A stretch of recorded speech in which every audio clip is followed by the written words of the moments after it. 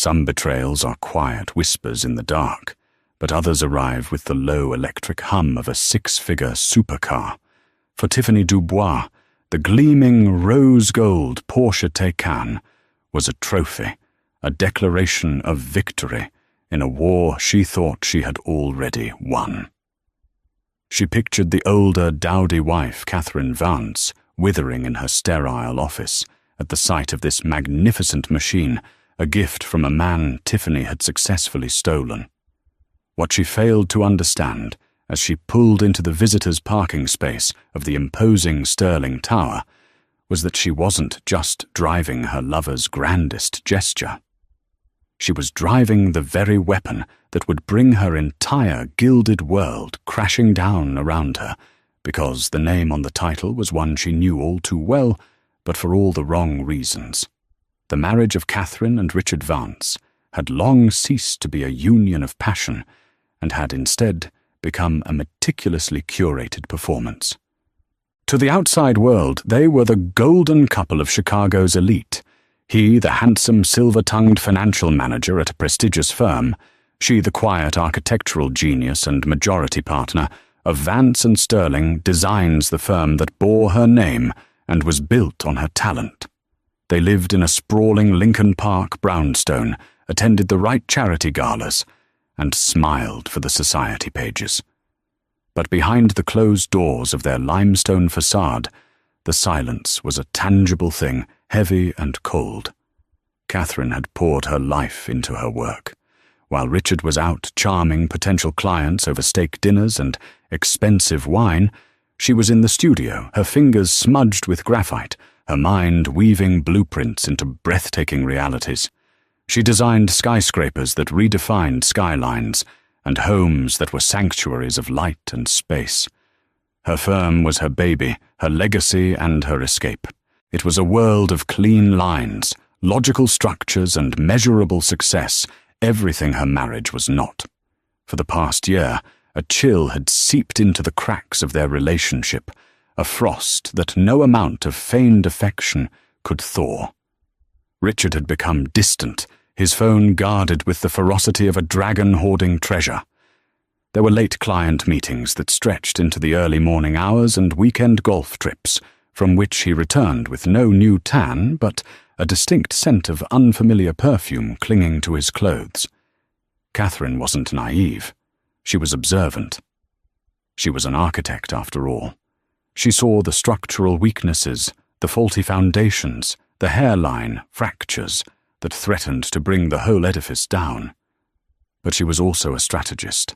A wrecking ball was messy. She preferred a controlled demolition.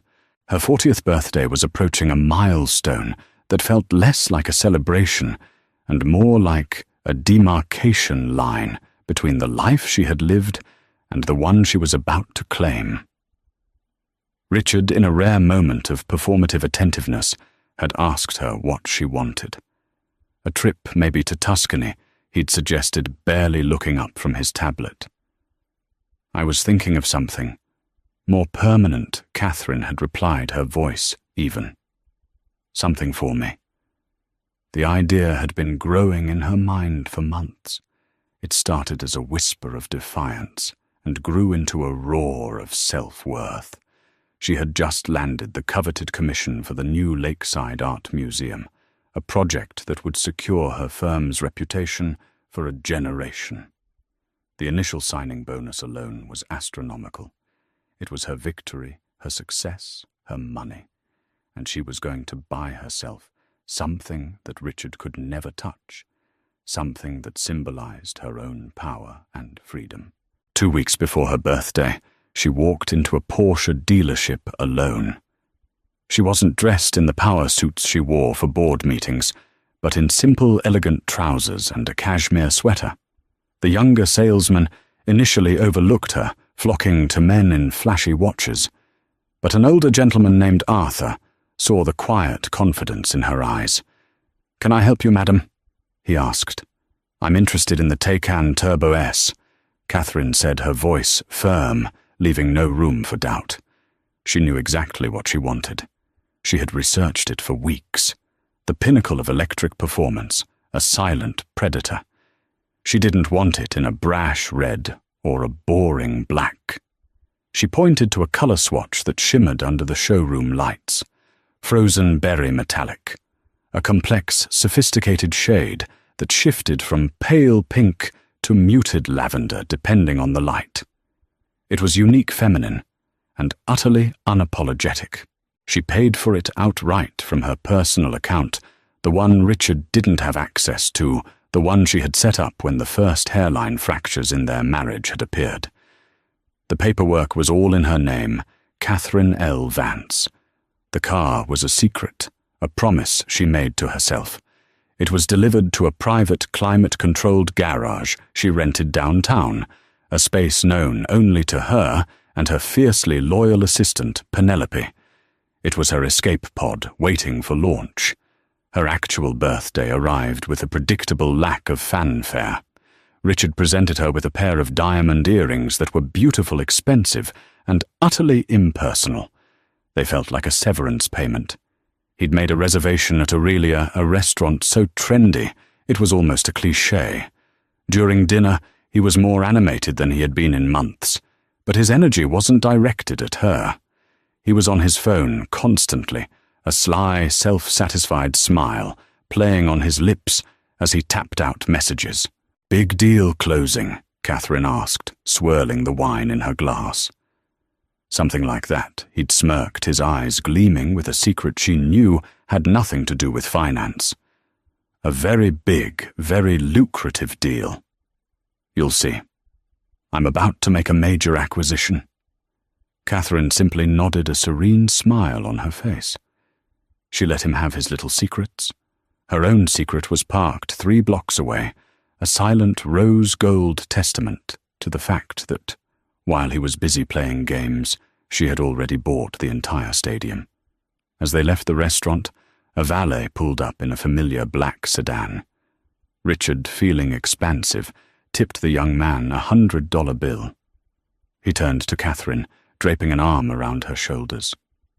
"See, Kate, some things are just worth the price," he said, his voice slick with self-congratulation. "You just have to know how to close the deal."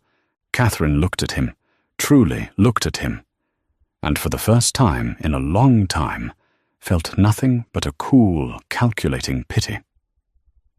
"You have no idea," she said softly, her words lost in the city noise. He was so busy trying to build a new life on her foundation, he hadn't realized she was about to excavate the entire property. Tiffany Dubois lived her life through an Instagram filter. Her world was a curated collection of brunch spreads, designer handbags, and sun-drenched selfies in exotic locations, all paid for by men who saw her as another luxury acquisition. At 26, she had honed her skills to a fine art. She wasn't just a pretty face. She was a student of desire, an expert at mirroring a man's ego back at him until he was so captivated by his own reflection that he would give her anything she wanted. Richard Vance was her masterpiece.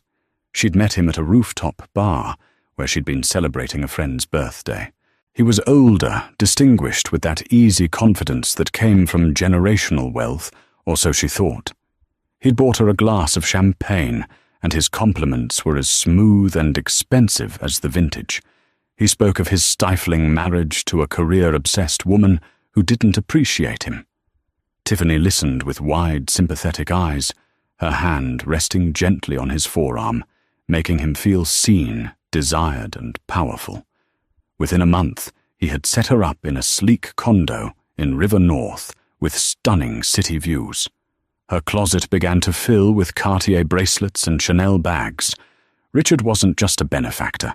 He was a project. She was going to be the woman who finally got him to leave his cold, boring wife. She was going to be the next Mrs. Vance. Her obsession with Catherine was all-consuming.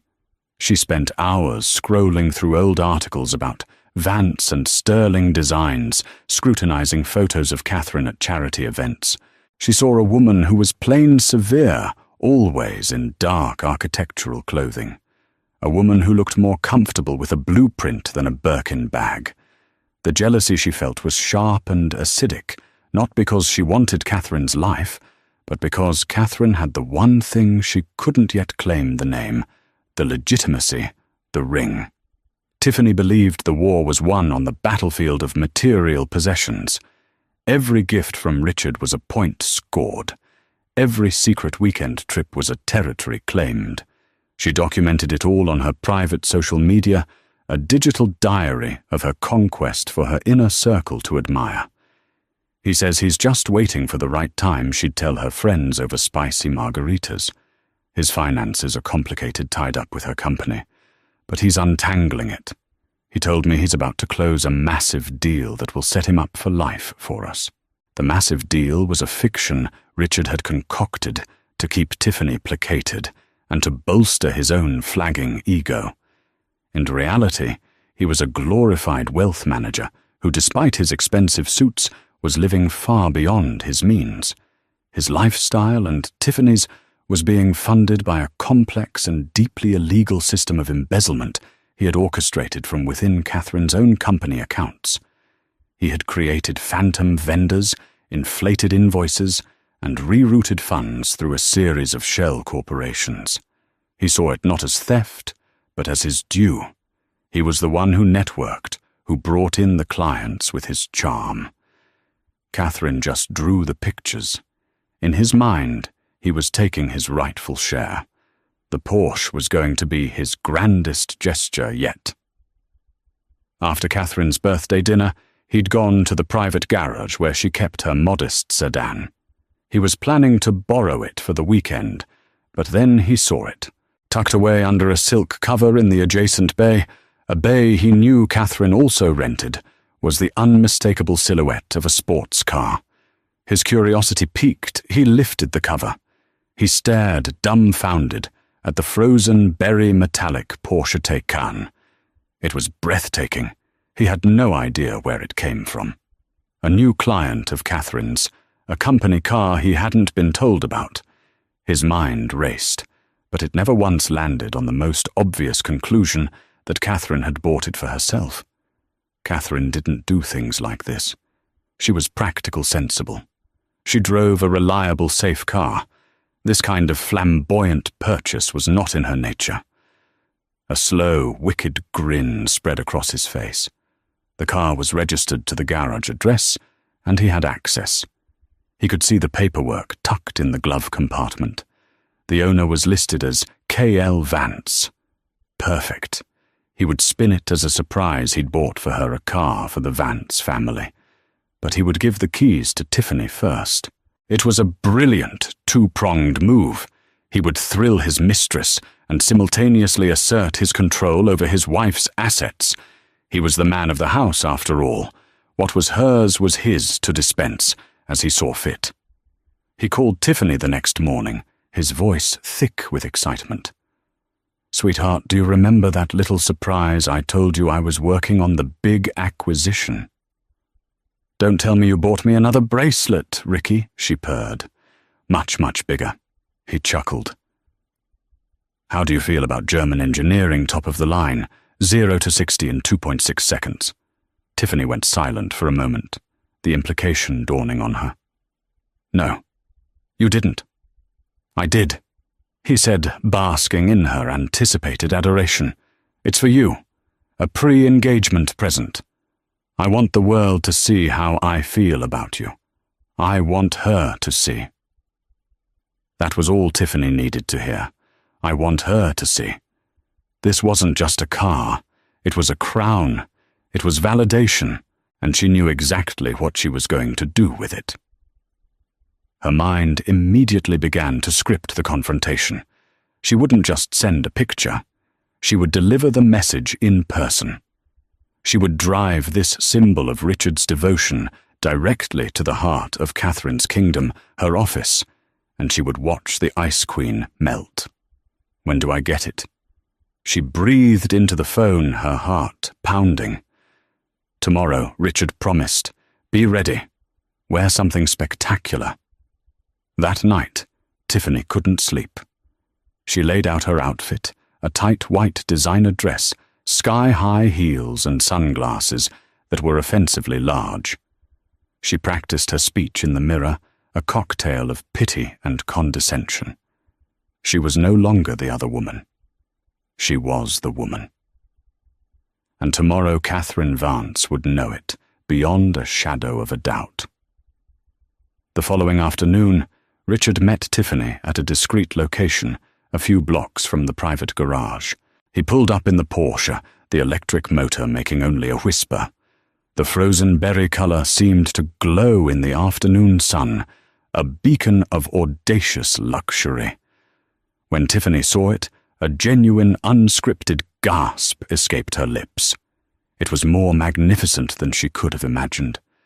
It looked like something forged from crystallized champagne and ambition.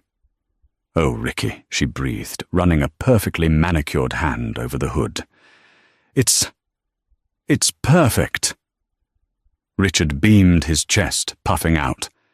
This was the adoration he craved, the validation he never got from Catherine. Catherine would have asked about the insurance premiums or the charging infrastructure.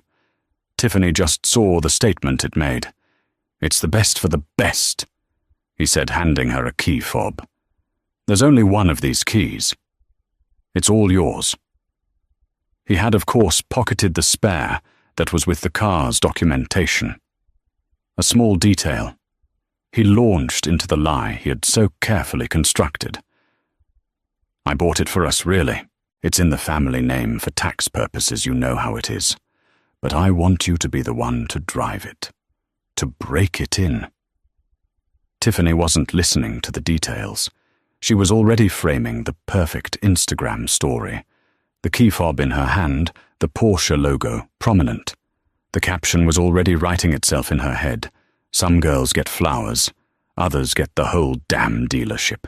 Blessed upgrade. She slid into the driver's seat, the scent of new leather and expensive electronics enveloping her. The cockpit felt like a spaceship. "I can't believe this is mine," she whispered, her voice filled with reverence. "It is Richard," said, leaning in to kiss her.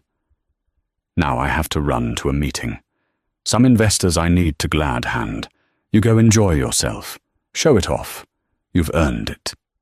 He gave her a conspiratorial wink. "Maybe drive by some places where it'll be appreciated." He didn't need to be more specific. They both knew exactly what he meant. As he walked away to catch a cab, Tiffany watched him go, a triumphant smirk on her face.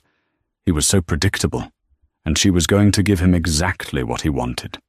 Her first stop was not a drive along the lakefront or a tour through the Gold Coast. Her destination was singular, a bullseye she had been aiming at for months. She programmed the address for the Sterling Tower into the car's state-of-the-art navigation system. The silky smooth voice of the GPS felt like a co-conspirator guiding her toward her final victory. Driving the Taycan was an experience in itself. The silent, instantaneous acceleration was intoxicating. At every red light, she felt the eyes of other drivers and pedestrians on her. They were looking at the car, but she felt as though they were looking at her, anointing her as someone special, someone who had arrived. She played her music loud, a playlist of unapologetic female empowerment anthems that felt hilariously ironic in context. As she pulled onto LaSalle Street, the heart of Chicago's financial district, the towering glass and steel canyons seemed to part for her. The Sterling Tower was one of the newer, more prestigious buildings, a sleek, modernist masterpiece that Catherine's own firm had ironically helped design the interior for. The irony was lost on Tiffany. She just saw it as the enemy's fortress. She bypassed the underground public parking, pulling directly into the short-term visitor loop, right in front of the main entrance. It was a flagrant violation of the building's parking rules, meant for quick drop-offs only. But that was the point. She wasn't planning on being long. She wanted the car to be seen. She left it angled, just so the unconventional color making it impossible to ignore. Taking a deep breath, she checked her reflection in the rearview mirror. Her lipstick was perfect. Her expression was a carefully crafted mask of serene confidence and pity. She grabbed her purse, making sure the Porsche key fob was dangling conspicuously from her fingers. The lobby was a cavern of marble and glass, filled with people in expensive suits moving with purpose. A stoic security guard at a large granite desk eyed her approach. "Can I help you, miss?" he asked, his tone flat. "I'm here to see Catherine Vance Tiffany," said her voice, sweet as honey laced with arsenic. "I don't have an appointment, but I'm quite sure she'll want to see me. It's a personal matter." The guard made a call. After a moment, he looked back at her. "Mrs. Vance's assistant says she is in a meeting. You can wait, or you can leave a message." Tiffany smiled. "Oh, I'll wait." "Tell her assistant, a delivery has been made. A very special delivery from her husband. She'll understand." She took a seat on a low leather couch, crossing her legs and making a show of scrolling through her phone, the key fob still on display. She felt a thrill course through her veins. This was it. The final scene of the movie, where the plucky heroine wins the man and the castle. She had the keys to the kingdom, and she was about to march right up to the throne room and announce the queen was dead. She had no idea she was the jester about to perform the most humiliating act of her life in the queen's own court. Penelope Penny Hayes was more than Catherine Vance's executive assistant. She was her gatekeeper, her confidant, and her early warning system. A sharp, impeccably organized woman in her late 30s, Penny had been with Catherine since the early days of the firm, and possessed a loyalty as unshakable as the foundations of the buildings they designed. She was the first person to notice Richard's expense account anomalies, and the first person Catherine confided in when the whispers of infidelity became a roar of certainty. When the call came from lobby security, Penny's finely tuned senses went on high alert. "A Miss Dubois is here to see Mrs. Vance. Says it's a personal matter regarding her husband." Penny's back straightened. Dubois. The name from the private investigator's report. The name on the credit card statements for lingerie and weekend getaways. "She's in a client meeting that cannot be disturbed," Penny said, her voice pure ice. "The lady said to tell you a special delivery has been made from Mr. Vance." Penny's eyes narrowed. This was an escalation, a bold, reckless one. "Thank you, Frank. I'll handle it." She walked the short distance to Catherine's office, a corner suite with floor-to-ceiling windows, offering a panoramic view of the city and Lake Michigan. Catherine was not in a client meeting. She was standing over a large blueprint, her focus absolute. "Trouble?" Catherine asked, without looking up, sensing Penny's presence. "The blonde from the file is in the lobby," Penny said bluntly. "She's trying to force her way up." Catherine placed her pencil down with deliberate calm. She looked at Penny, and for a fleeting moment, a flicker of weariness crossed her face. But it was replaced almost instantly by a steely resolve. She had been preparing for this in one way or another for months. She had hoped to control the timeline, to execute her plan with surgical precision. But if the enemy was bringing the battle to her gates, she would not hide behind the walls. She mentioned a special delivery from Richard, Penny added. Catherine's gaze drifted to the window down to the street below. And then she saw it, parked brazenly in the fire lane, glowing like a toxic blossom. The frozen berry Porsche. Her Porsche. A slow, cold understanding washed over her. It was audacious. It was idiotic. And it was the final, irrefutable piece of evidence she needed. Richard hadn't just been cheating and stealing. He was monumentally, catastrophically stupid. "Let her come up." Penny Catherine said, her voice quiet, but resonant with newfound power. "Are you sure?" "Oh, yes," Catherine said, a ghost of a smile touching her lips. "Please show Miss Dubois in, and ask Robert from accounting to join us in 5 minutes. Bring the portfolio from the bottom right drawer of my desk. The blue one. Penny, recognizing the tone of a general about to spring a perfectly laid trap, nodded sharply. Right away. Tiffany was growing impatient in the lobby when Penny appeared. Miss Dubois, Mrs. Vance will see you now. Tiffany stood, a triumphant gleam in her eye. It worked. She followed Penny into the elevator, the silence thick with unspoken animosity.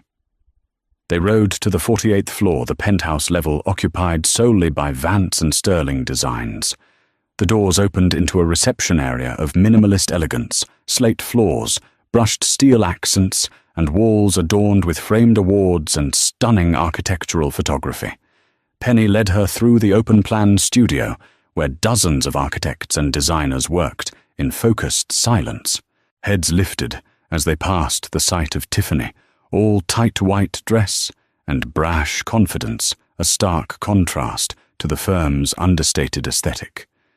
Tiffany drank in the attention, imagining them to be Catherine's loyal subjects, witnessing the arrival of the new queen.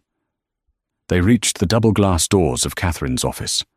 Penny opened one and announced, "Miss Dubois is here, Catherine." Catherine was standing by the window, her back to the door looking out at her city. She was dressed in a simple, dark, navy sheath dress, her hair pulled back in a neat chignon. She looked powerful, serene, and completely in her element. "Thank you, Penny. You can close the door." Tiffany strutted in her heels, clicking on the polished concrete floor. She let the silence hang for a moment before she began her rehearsed speech. "Catherine," she started, her tone dripping with false sympathy. "I know this must be difficult.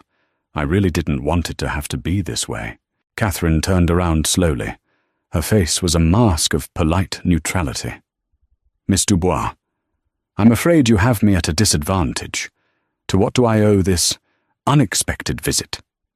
The feigned ignorance was exactly what Tiffany expected. "Oh, please, let's not play games. I'm here about Richard." "Ricky. He feels terrible about hurting you, of course. But we can't help who we fall in love with." She walked over to the client chairs opposite Catherine's large desk, and instead of sitting perched on the edge of it, a deliberate act of territorial marking, she dangled the key fob from her finger. "He wanted me to have this," Tiffany said, her voice rising with excitement as she went in for the kill. "He said he wanted me to have something beautiful, something to show how much he values me." "He's leaving you, Catherine. He's just been waiting for the right moment to tell you." She paused, waiting for the tears of the outburst, the crumble. She got nothing. Catherine simply watched her, with an unnerving stillness. "He bought me a car," Tiffany pressed on her voice, becoming a little shrill. "A Porsche. It's downstairs, a Taycan Turbo S. He said it was time for an upgrade in every sense of the word. I guess he's finally realized he deserves a woman who is as fast and exciting as his own life, not some boring architect who is married to her job." She stood up and walked towards the window, gesturing grandly. "It's that one. The pretty rose gold one. He said the color reminded him of my skin. He's so romantic." This was her moment of triumph. She had laid her winning card on the table. She had flaunted the ultimate symbol of her victory right in the wife's face, in her own seat of power. She turned back from the window, a victorious smirk plastered on her face, ready to witness the complete and utter devastation of the woman who stood before her. Catherine Vance let the silence stretch, allowing Tiffany's triumphant words to hang in the air like cheap perfume. She observed the younger woman, the smug expression, the defiant posture, the way she brandished the key fob like a scepter. It was all so theatrical, so deeply pathetic. For a moment, Catherine almost felt a pang of pity for her. This woman was a pawn in a game she didn't even know she was playing, a game orchestrated by a fool and about to be ended by a queen. Finally, Catherine spoke, her voice devoid of heat or hysteria. It was calm, precise, and as cold as the glass of the window she stood beside. A Porsche Taycan Turbo S, she repeated, as if tasting the words. In frozen berry metallic. Yes, it's a stunning car. The performance is unparalleled. The regenerative braking system is a marvel of engineering. Tiffany's smirk faltered slightly. This was not the reaction she had anticipated. She was expecting tears rage a screaming match, not a technical review. Yeah, it's really fast. It is, Catherine agreed, taking a small step forward. 0 to 60 in 2.6 seconds. 750 horsepower with overboost. A top track speed of 161 miles per hour. Did Richard tell you that he mentioned it was powerful? Tiffany stammered, feeling a strange sense of unease creeping in. Catherine was controlling the narrative, steering the conversation in a direction she didn't understand. He wouldn't know, Catherine said, her voice dropping a fraction. He's never driven it. In fact, until yesterday he didn't even know it existed. A confused frown creased Tiffany's brow. What are you talking about? He bought it for me. It was a surprise, for our future. Catherine allowed herself a small, mirthless smile. Miss Dubois Richard has many flaws. He's a liar, a narcissist, and as I've recently discovered, a thief. But one thing he is not is original. He doesn't have the imagination to pick out a car like that, let alone in that specific color. He would have bought you a red Mercedes because he's a cliché. She took another step closer. Her eyes locked on Tiffany's. You see, Richard didn't buy you that car. He couldn't afford to. The commission he earns in a year wouldn't cover the down payment. That's not true, Tiffany insisted, her voice wavering. He's a brilliant financial manager. He just closed a huge deal. At that moment, there was a soft knock on the door. Penny entered, followed by a nervous-looking man in a rumpled suit carrying a blue portfolio. You asked for me, Mrs. Vance, the man Robert from accounting asked. Yes, Robert. Thank you for coming, Catherine said, not taking her eyes off Tiffany. Miss Dubois here was just telling me about the very expensive gift Richard gave her. She finally turned her gaze to the key fob in Tiffany's hand. May I see that? It was a command, not a request. Hesitantly, Tiffany held it out. Catherine didn't take it. Instead, she reached into the pocket of her dress and pulled out an identical key fob. She pressed the lock button. From 48 floors below, the Porsche emitted an audible chirp, its lights flashing once. A wave of confusion washed over Tiffany's face. Catherine then pressed the unlock button. The car chirped twice. I believe this is where the confusion lies, Catherine said, her voice lethally soft. Richard didn't give you a key. He gave you my spare. You see, Miss Dubois, I bought that car 3 weeks ago as a birthday present to myself, with a small portion of the signing bonus from the new Lakeside Museum project, a project worth 9 figures. It was purchased from my personal trust, paid in full. The title, the registration, the insurance, it's all in my name. She gestured to the accountant. Robert, if you would. Robert, flustered, opened the blue portfolio. On top was a crisp, clear copy of the vehicle's certificate of title. He held it up. The name listed under owner was clear even from a distance, Catherine L. Vance. Below it were copies of the bank, transfer, and the bill of sale. Tiffany stared at the documents, her face draining of all color. The blood drained from her head, leaving a dizzying, roaring sound in her ears. The white designer dress suddenly felt cheap and suffocating. The entire scene replayed in her mind, Richard's smug pronouncements, his lies about tax purposes, and the family name. It all clicked into place with sickening clarity. "No," she whispered, shaking her head in disbelief. "No, he wouldn't." "Oh, he would," Catherine said flatly.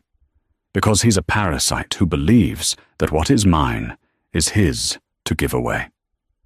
He saw my car, a symbol of my success, and he tried to use it as a tool to impress you and humiliate me. It was a pathetic, desperate move. And it was his last."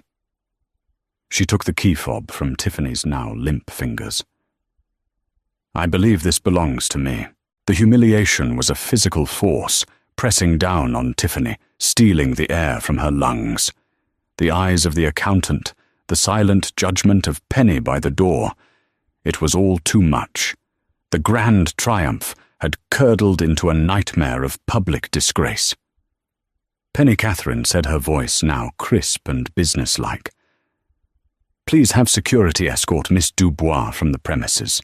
She seems to have left her ride in the fire lane. I'm sure they can have it towed from there if she doesn't move it immediately.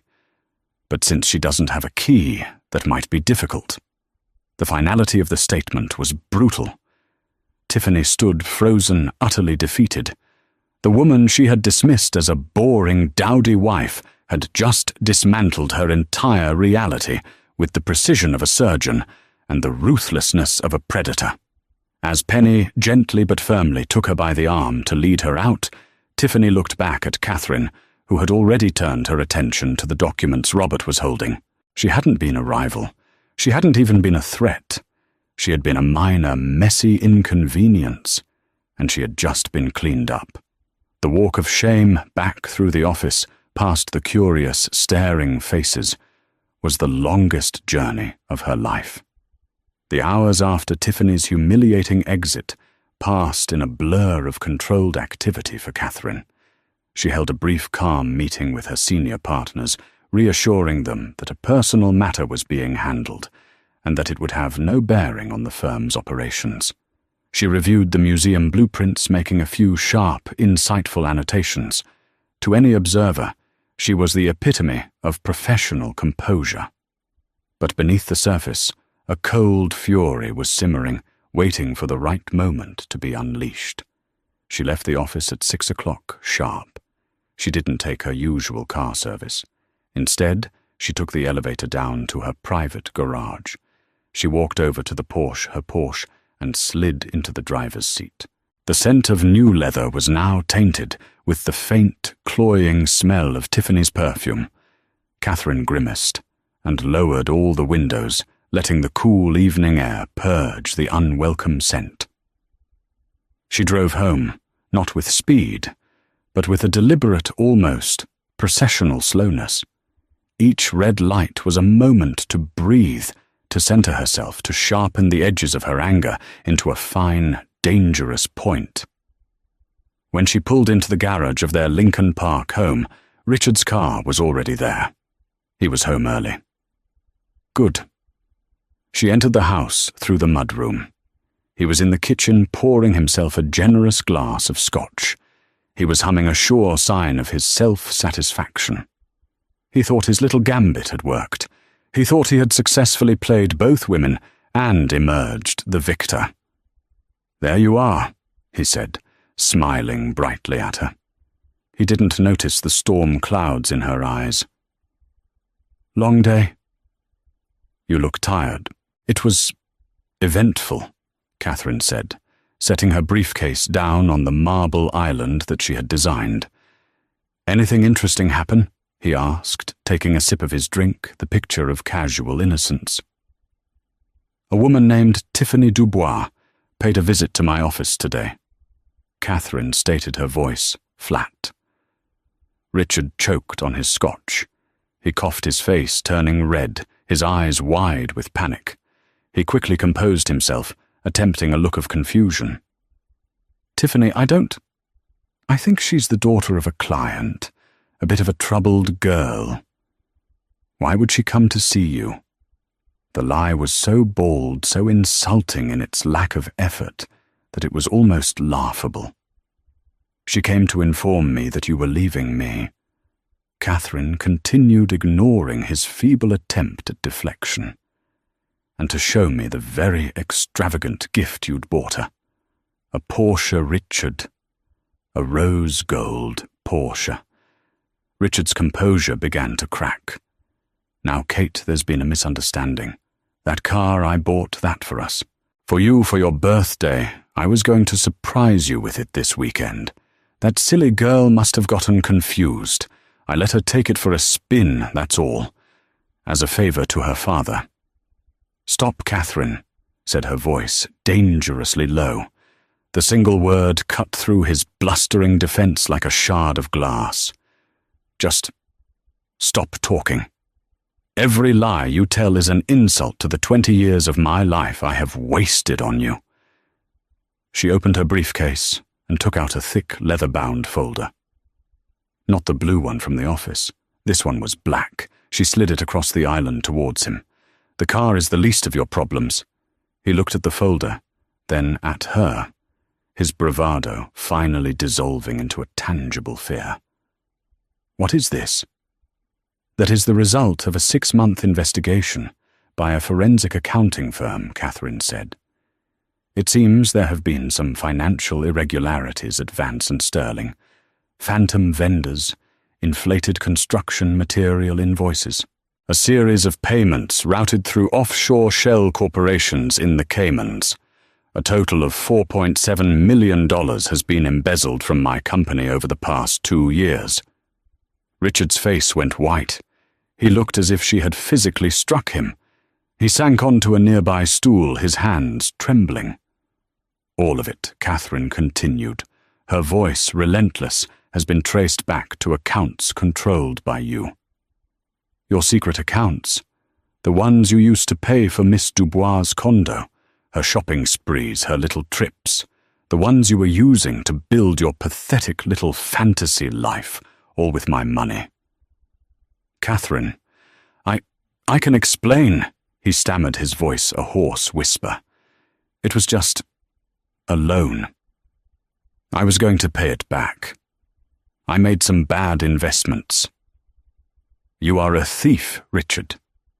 She stated the words, hitting him with the force of a verdict.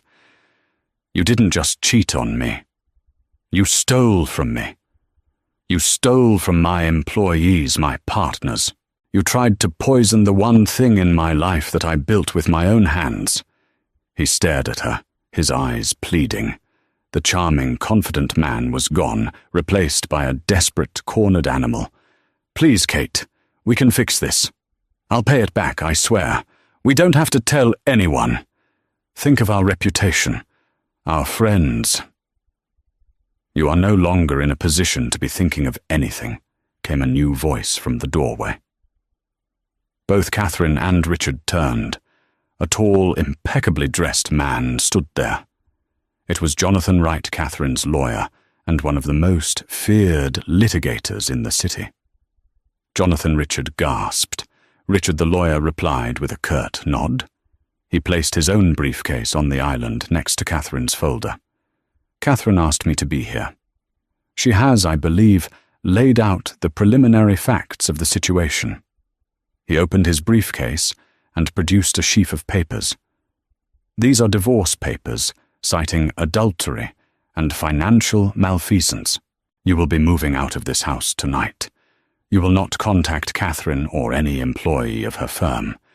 You will be given a small allowance from a joint account to cover your immediate living expenses, an act of generosity I advised against."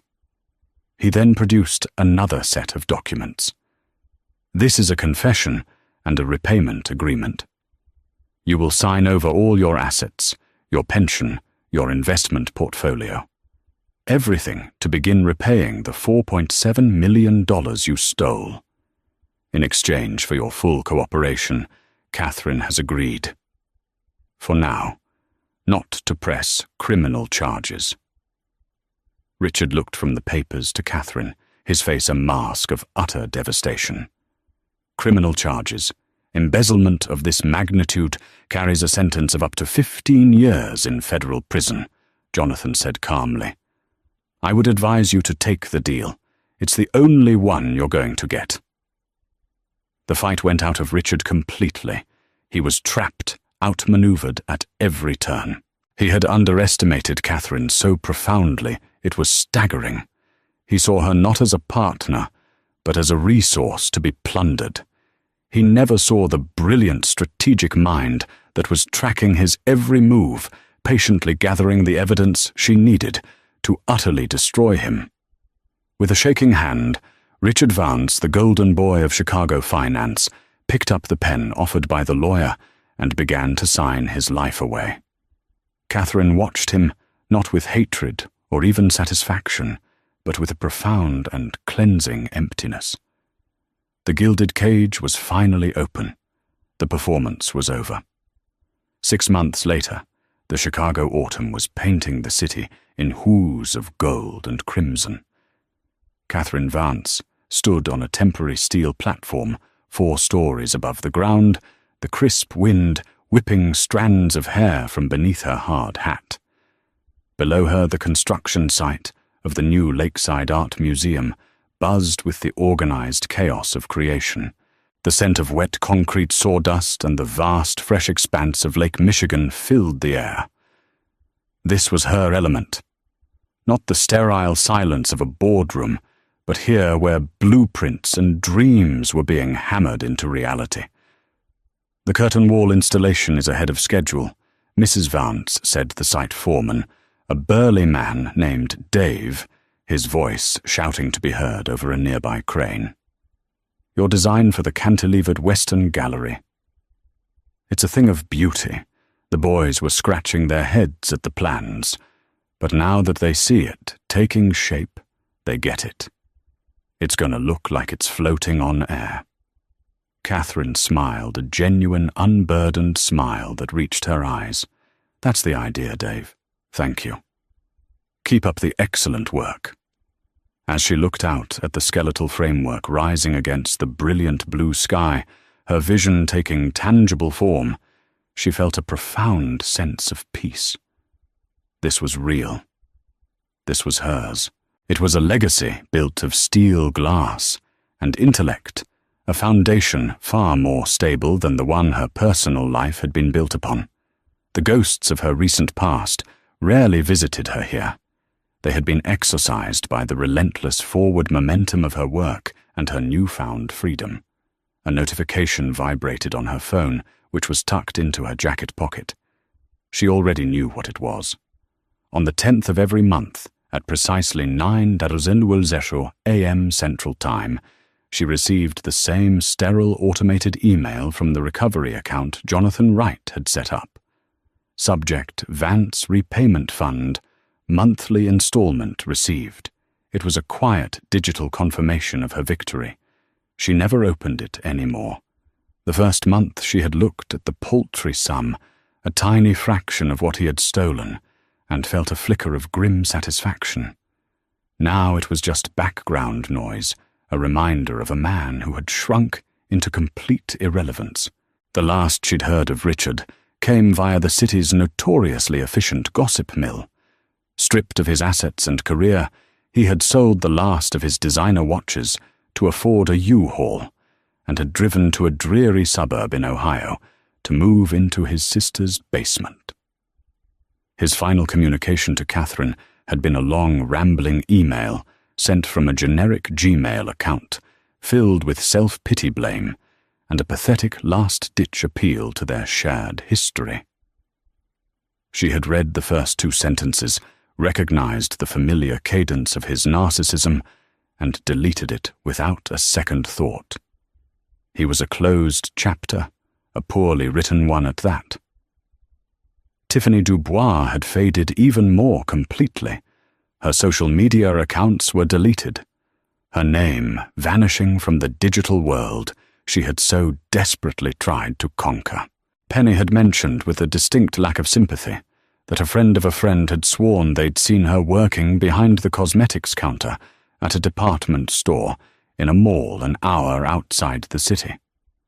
Her face was scrubbed of its usual heavy makeup, her designer clothes replaced by a polyester uniform. She was just another girl again, her 15 minutes of infamy having expired. Catherine felt nothing hearing the news. Not pity, not triumph, just a vast and final indifference. Later that afternoon, back in the sun-drenched offices of Vance and Sterling, the change was palpable. The oppressive tension that had subtly permeated the firm during the final year of Catherine's marriage was gone, replaced by a vibrant, collaborative energy. She had promoted 2 deserving junior architects and launched an internal innovation initiative, encouraging her team to push boundaries. She was more present, more engaged, and her passion was infectious. She spent an hour mentoring a brilliant young designer, poring over his sketches for a community library, challenging him, inspiring him. "Don't just design a building," she told him, her voice alive with energy. "Design the experience." How does the light feel at 10 a.m. in the children's reading nook? What is the sound of a footstep on this flooring? That's where the architecture lives. That evening she went home, to the Lincoln Park brownstone. For the first few weeks after Richard left, the house had felt cavernously empty, haunted by the echoes of a shared life. But Catherine, an architect to her core, had treated it like any other project she had redesigned it. Richard's heavy mahogany furniture and stuffy traditional art were gone, donated to charity. In their place were the clean lines of Scandinavian design contemporary art from local Chicago artists, and shelves filled with books on philosophy and poetry, alongside her architectural tomes. The space was now a reflection of her calm, sophisticated, and entirely her own. She poured a glass of Sauvignon Blanc, put on a record of old jazz, and settled into a comfortable chair in her living room, watching the city lights begin to glitter outside her window. The silence was no longer heavy or cold. It was peaceful. As Friday arrived, a familiar urge struck her. She wrapped up her work bid, a warm goodbye to Penny, and took the elevator down to the private garage. There it was, gleaming under the fluorescent lights, the frozen berry Porsche. For a while she'd considered selling it, worried it would remain a tainted object. But she had quickly realized that would be letting Richard and Tiffany win a small, posthumous victory. She had earned this car. She had chosen it. She would not let their sordid little drama define it. She slid into the driver's seat. There was no trace of unwelcome perfume, only the clean, comforting scent of leather. She drove out into the evening traffic, not towards home, but towards the open ribbon of Lake Shore Drive. The setting sun cast a fiery glow over the water, and the skyline began to dress itself in its evening jewels. She opened the panoramic roof, letting the cool autumn air rush in. Accelerating onto the drive, the Taycan's electric motor responded with its signature silent, breathtaking surge of power. She wasn't racing. She was flowing, becoming part of the city's electric bloodstream. She thought of the woman she had been 6 months ago, poised, patient, but carrying the heavy armor of a secret war. That woman had been playing defense, meticulously planning a counterattack. The woman she was now was no longer at war. She had won, and in doing so, had realized the fight itself was beneath her. Her victory wasn't just in Richard's downfall or Tiffany's humiliation. It was in this moment, the simple, profound joy of driving a car she loved through a city she helped build towards a future of her own design. The road ahead was open, curving along the beautiful, endless shoreline. Catherine tightened her grip on the wheel, a small, confident smile on her lips. She didn't know exactly where she was going, and for the first time in a very long time, that felt absolutely perfect. That's the incredible story of how a single, audacious act of betrayal backfired in the most spectacular way possible. Catherine's story is a powerful reminder that true strength isn't about being loud or flashy. It's about quiet intelligence, strategic patience, and knowing your own worth. While Tiffany and Richard were busy playing a shallow game of appearances, Catherine was playing chess, and she was always 3 moves ahead. She didn't just win back her car. She reclaimed her company, her power, and her life, proving that the best revenge is not just living well, but taking back absolutely everything that is rightfully yours. What did you think of Catherine's ultimate checkmate? Was it justice served cold, or did Richard and Tiffany get exactly what they deserved? Let us know your thoughts in the comments below. If you enjoyed this story of empowerment and sweet revenge, please give this video a thumbs up. Share it with someone who needs a reminder of their own strength, and make sure you subscribe and hit that notification bell so you never miss another one of our real-life dramas. Thank you for listening.